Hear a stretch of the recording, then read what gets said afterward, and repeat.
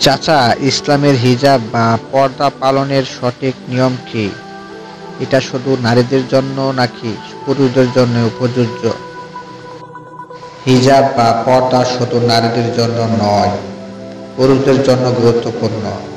ইসলামের পর্দার একটি সামগ্রিক বিষয়, যা শারীরিক, মানসিক এবং আচরণগত দিকগুলোকে অন্তর্ভুক্ত করে। নারীদের জন্য হিজাব হলো শরীরের সৌন্দর্য ঢেকে রাখা, বিশেষ করে অপরিচিত পুরুষের সামনে। আর পুরুষদের জন্য পর্দা হলো দৃষ্টি নিয়ন্ত্রণ করা এবং নারীদের প্রতি সম্মান প্রদর্শন করা। তাহলে নারীদের হিজাবের সঠিক নিয়ম কি? শুধু মাথা ঢাকলেই কি যথেষ্ট? না রাইসা, শুধু মাথা ঢাকলে যথেষ্ট নয়। ইসলামে নারীদের হিজাবের নিয়ম হলো শরীরের সমস্ত অংশ ঢেকে রাখা, শুধু হাত ও মুখমণ্ডল রাখা যায়। যদিও কিছু আলেমের মধ্যে মুখমণ্ডল ঢেকে রাখাও উচিত। হিজাব কাপড় ঢিলাঢালা ও স্বচ্ছ না হওয়া উচিত, যাতে শরীরের আকৃতি প্রকাশ না পায়।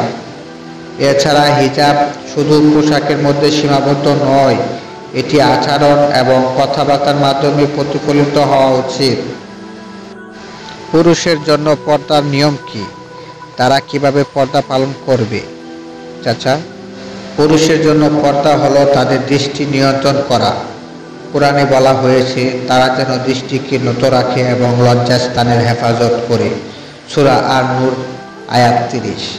এছাড়াও পুরুষদেরও উচিত ঢিলেঢালা পোশাক পরা, যা শরীরের আকৃতি প্রকাশ না করে। তাদের আচরণ ও সংযম ও হিজাব বা পর্দা পালনের উদ্দেশ্য কি?